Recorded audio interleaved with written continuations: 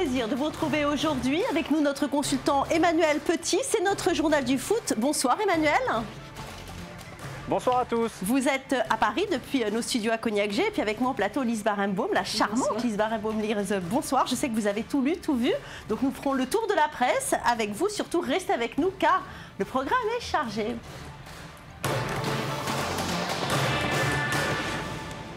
Et on ouvre cette émission avec les résultats de la Ligue 1. Le Paris Saint-Germain écrase Lorient 3-1. Lyon a chuté face à Nice 2-1. Toulouse s'impose sur Bordeaux sur le même score pour le compte de cette 30e journée. 3 matchs nuls avec des scores vierges. Regardez, Rennes, Nantes, Bastia, Guingamp, Caen, Metz. Enfin, en clôture, les Phocéens se sont largement imposés sur Lens, 4-0. Alors le Paris Saint-Germain s'impose face à Lorient dans la douleur et l'homme du match, c'est incontestablement Zlatan. En signant un triplé, il porte son total à 17 buts en Ligue 1, dont 7 pénaltys. C'est lui, le Suédois, qui permet aux Parisiens d'éviter une soirée de cauchemar, Manu Petit. Oui, effectivement, ils se sont extirpés d'un piège bien tendu par les Merlus. Donc on va dire que Zlatan, il s'est réveillé au bon moment. Donc ce triplé lui fait beaucoup de bien d'un point de vue personnel et fait beaucoup de bien à son équipe parce qu'elle lui permet justement de prendre la première place du championnat, celle qui lui tend les bras depuis tellement de semaines et qu'il ne voulait pas la prendre semaine après semaine. Et puis là, finalement, ils sont leaders du championnat de France grâce à un triplé d'Ibrahimovic. Alors justement, Zlatan, buteur certes, mais son image a sérieusement été écornée cette semaine, Lise, à cause de ses déclarations de la semaine dernière. Un dérapage, hein ? Oui, selon un sondage Odoxa pour le Parisien, eh bien, l'attaquant du PSG est arrogant et colérique pour 84% des Français et ils ne sont plus que 63% à le trouver talentueux. Par ailleurs, grosse chute puisque 79% des sondés ont une mauvaise opinion de lui contre seulement 38 il y a un an. Qu'est-ce que vous en pensez, Manu? Ça peut desservir le Paris Saint-Germain, ça? Moi, je dis simplement ça fait quoi, 3 ans qu'il est en France, il est devenu parfaitement français. Voilà. Il critique son pays, c'est ça que vous voulez dire?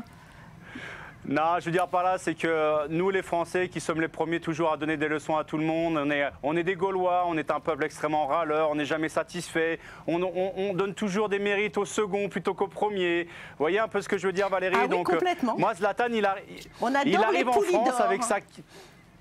Ben, c'est pour ça, Zlatan, il arrive en France avec son caractère, sa personnalité hors du commun. Il me rappelle un peu Cantona, justement, dans ce côté théâtral. Alors, on l'aime ou on l'aime pas, ça se discute, c'est un autre débat. Simplement, c'est que dans le microcosme chloroformé, on va dire, du monde du football, où tout est ça aseptisé, je veux dire, moi, je me lève et je vais payer mon billet pour aller voir des garçons comme ça parce qu'il va me procurer de l'émotion, en bien ou en mal. Donc après, on aime ou on n'aime pas, c'est un autre débat. Mais sincèrement, de voir ce sondage de la part des Français critiquer Zlatan Ibrahimovic, j'ai l'impression qu'on se regarde dans son miroir en fait. Alors en tout cas, Lise, ce dérapage n'a pas entaché son image à lui en Suède. Là-bas, sa Côte d'Amour est au beau fixe. Oui, et c'est un hebdomadaire suédois, Focus, qui lui a rendu hommage en faisant sa une avec les propos de Zlatan. En fait, le magazine compare la situation politique de la France au dérapage que Zlatan a eu contre la France lors du match du PSG contre Bordeaux, ce qui donne en une 0 croissance, 10% de chômeurs, le Front National vers une victoire électorale. Ce n'est pas un pays de merde, ça. C'est de bonne guerre, vous trouvez, Manu? C'est de bonne guerre, mais bon, moi ce que je constate avec regret, c'est qu'on déplace encore la phrase de Zlatan qui est à l'issue d'un match où il est énervé parce qu'ils ont perdu, c'est dans le contexte sportif, on le déplace sur la scène politique et on en fait justement un argument politicien, donc ça me dérange considérablement. Mais l'hebdomadaire suédois avait presque raison sur tout, sauf sur le Front National, parce qu'on l'a vu hier lors des élections, des départementales, le Front National n'a pas été le premier parti de France, donc quelque part, ils avaient presque tout bon. Mais bon, ils se sont ratés sur l'élément essentiel qui était probablement leur argument de base. Alors Lise, on a appris cette semaine que le Paris Saint-Germain va affronter le Barça pour les quarts de finale de la Ligue des Champions. Et qu'est-ce qui s'est passé? Un tremblement de terre au service informatique de Paris. Oui, à l'annonce du tirage, de nombreux supporters se sont rués sur le site pour se procurer les billets pour le match qui aura lieu le 15 avril prochain. Et la demande a été tellement massive que l'interface n'a pas pu supporter toutes les connexions, alors que les billets ne sont même pas encore mis en vente. Alors justement, Manu, malgré l'explosion des prix, les fans sont toujours au rendez-vous, hein. Bah évidemment, parce que là, on a un remake justement de ce fameux quart de finale il y a 2 ans, la saison 2012-2013, où le Barça, sans gagner, avait éliminé le Paris Saint-Germain. On a probablement la meilleure équipe, ou une des meilleures équipes de tous les temps, où le club Barça, avec le PSG en devenir, qui est en train de bousculer la hiérarchie au niveau mondial. Donc on a tous les ingrédients pour faire de ce match, cette double confrontation, vraiment un phénomène. Donc c'est pas étonnant, donc qui plus est... Bon, les billets ne sont pas encore en vente, donc calmez-vous. Attendez quand même qu'ils soient mis en vente avant de les réclamer. Non, mais moi, ça ne m'étonne pas. C'est vraiment, ce sont des matchs comme ça que l'on se lève et qu'on paie volontiers pour regarder. Oui. Alors, on va parler maintenant de Marseille. Après la défaite de Lyon, les Phocéens n'ont pas manqué l'occasion cette fois-ci. Ils se rapprochent de la tête du classement. Ils ont donc balayé Lens, 4-0. Il semble que le coaching de Marcelo Bielsa paye. Encore une fois. Encore une fois, il est payant. Rappelez-vous, je ne me rappelle plus quel était le match, mais il avait changé ses 3 attaquants. Oui. Et ça s'était conclu par un florilège de buts. Bah, pareil, hier, Gignac a été remplacé à la mi-temps. Bastiani a mis quasiment 1 voire 2 minutes pour ouvrir le score. Il a doublé la mise en fin de match, mais il a été le dynamiteur justement de cette équipe phocéenne. Il a pulvérisé la défense de Lens. Et ça a été... presque relativement facile pour lui et ses coéquipiers en deuxième période. Oui. Vous l'aimez bien, vous, ce Bielsa, quand même, hein? Psychologiquement, ce qu'il représente, son image, vous l'aimez bien? Mais évidemment, Valérie, sincèrement, donc, encore une fois, on faisait état justement d'Ibrahimovic qui a un côté exubérant, vraiment une arrogance surdimensionnée, un ego qui n'en finit pas de grandir. De l'autre côté, on a Bielsa qui est vraiment l'antithèse d'Ibrahimovic, qui est quelqu'un vraiment d'extrêmement replié sur lui-même, renfermé. Même quand il parle à la presse, il ne regarde jamais les gens, il regarde toujours son cahier. Il ne cherche jamais la confrontation à travers la presse, même quand les gens l'allument, comme Olas récemment. C'est quelqu'un qui se concentre uniquement sur les résultats de son équipe et pour le bien de son club. Moi, franchement, je suis un grand fan de Bielsa. Alors justement, Lise, après les propos de Jean-Michel Aulas, Marcelo Bielsa a su garder son calme. Oui, puisque la semaine dernière, le président de l'OL a fait part de l'intérêt de son club pour Gignac. Et bien, Bielsa a tout simplement répondu qu'on ne remporte pas de résultats sportifs en parlant, mais en agissant sur le terrain. Il a même dit que ce genre de déclaration portait préjudice au football, mais il a ajouté qu'il ne visait pas Aulas, pour qui il a beaucoup d'admiration. Plutôt habile, hein, Marcelo Bielsa, Manu Petit. Son message a quand même été entendu. Hein. Il a été entendu parce que résultat des courses, Marseille a écrasé Lens dans un match super important en termes de points. De l'autre côté, Lyon a perdu 3 points importants sur sa pelouse. Donc justement, quelque part, ça ne sert à rien de parler. Oui, il faut jouer l'OL justement qui a été piégé par Nice et qui cède son trône au Paris Saint-Germain. Claude Puel a joué un vilain tour à son ancien club. Oui, mais ça, vous savez, c'est les accords qui peuvent exister entre les clubs. Mais moi, je vois simplement que Lyon, à l'heure actuelle, est décimé. Ils avaient des expulsés, ils avaient deux expulsés lors de ce match, de suspendus, pardon. Ils ont pas mal de joueurs cadres à l'infirmerie. Donc c'est vrai que sur ce dernier sprint final en fin de saison, être amputé de cadres aussi importants, c'est peut-être pour ça aussi qu'Aulas se permet justement d'allumer un petit peu des feux à droite à gauche pour calmer l'incendie qu'il a chez lui. Oui, pour un petit peu disperser les esprits. En tout cas, c'est quand même une grosse surprise, hein, cette victoire de Nice. 12e au stade de Gerland, car les Niçois étaient sans victoire depuis 7 matchs et ils semblaient en grande difficulté depuis plusieurs semaines. Il faut croire que Claude Puel, vous savez, qui a été l'ancien entraîneur de l'Olympique Lyonnais, oui. Vous savez que ça s'est terminé au tribunal. D'ailleurs, je crois qu'il a fait appel de la décision. Ça s'est très mal passé. Donc, connaissant Claude Puel vraiment intimement, je pense qu'il a eu des mots assez lourds, justement, de conséquences pour motiver ses joueurs. De toute façon, ils n'avaient pas le choix. Vous l'avez dit, ça faisait un petit moment qu'ils ne gagnaient plus. Ils n'avaient pas le choix. Donc, il fallait absolument qu'ils engrangent au moins le point du match nul. Ils n'espéraient pas remporter les 3 points. Mais franchement, ils ne l'ont pas volé sur ce match. Alors, justement, Lise, maintenant, on va parler de Monaco. Aussi, la victoire de Monaco 3-1 contre Reims. Et on se met à évoquer le titre. Et oui, l'AS Monaco qui est 4e de Ligue 1 avec un match de retard et qui, selon l'équipe, pourrait arriver premier au classement. En fait, depuis leur défaite face à Rennes en novembre dernier, il y a eu une sorte d'électrochoc.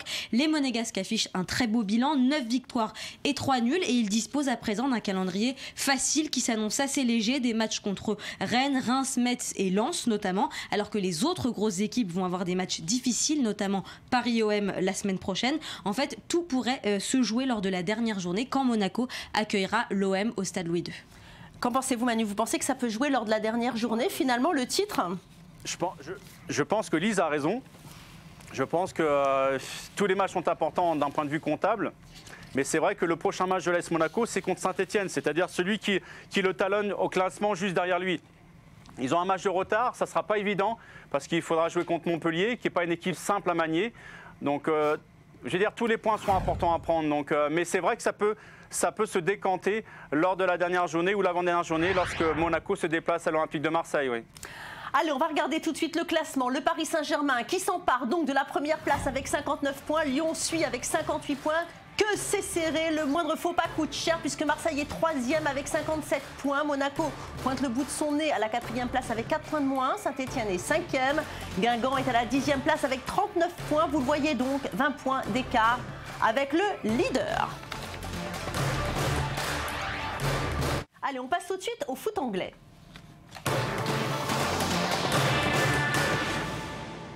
Il est réputé pour être le meilleur championnat du monde. La première ligue anglaise continue à nous faire rêver. Mais pourtant, en compétition européenne, cette année, il n'y aura pas de club britannique. Un comble pour la ligue la plus riche du monde. Une ligue qui compte les meilleurs internationaux et qui recrute à coups de millions. Pourquoi l'Angleterre se relâche-t-elle au niveau européen? Vos explications, Lise Barenbaum, on en parle après. Même en football, les Britanniques n'aiment pas l'Europe. En Europa League, le dernier représentant anglais, Everton, a été éliminé par le Dynamo Kiev.